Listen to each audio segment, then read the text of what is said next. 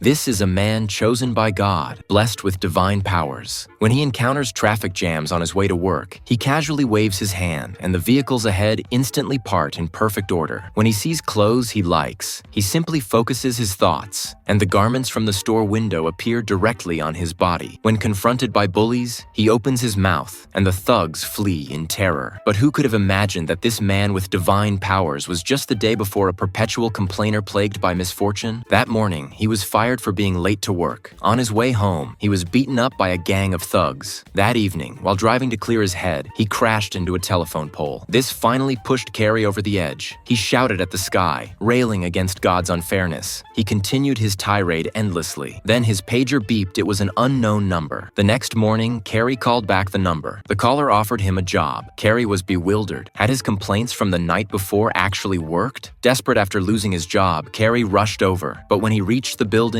he found only an elderly black man who claimed to be God himself. God showed Carey a filing cabinet of life records filled with all of Carey's complaints against him over the years. God said, "Since you think I'm doing such a poor job, why don't you be God instead? Once you leave this building, you'll possess all my divine powers." Carey was terrified. He turned and ran, constantly reassuring himself that it was just an hallucination. He rushed to his car, but it wouldn't start. Carey thought it must be a coincidence. But when he arrived at a restaurant and wished for a spoon literally popped out of his mouth. The elderly man nearby was stunned. Now he finally believed he had truly become God. Carey was secretly delighted. Then the old God appeared again. He had come to brief Carey on the job. He told Carey that he could use divine powers freely, but must follow 2 rules. First, you cannot tell anyone you are God. Second, you cannot alter anyone's free will. With that, God left for vacation. Now Carey had become the acting God. He began to play around freely, pointing at fire hydrants and turning them into fountains, making beautiful women's clothes disappear with a glance. When he encountered the thugs who had beaten him up the day before, he walked right up and demanded an apology. The thugs burst into laughter. The leader said, "You want me to apologize? Sure, unless monkeys fly out of my ass." The next moment, a monkey actually emerged from the thug's rear end. The other gang members fled in terror. Before leaving, Carey didn't forget to send the monkey back where it came from. Carey, who had been unlucky his entire life, had finally turned his fortunes around and gained limitless divine power.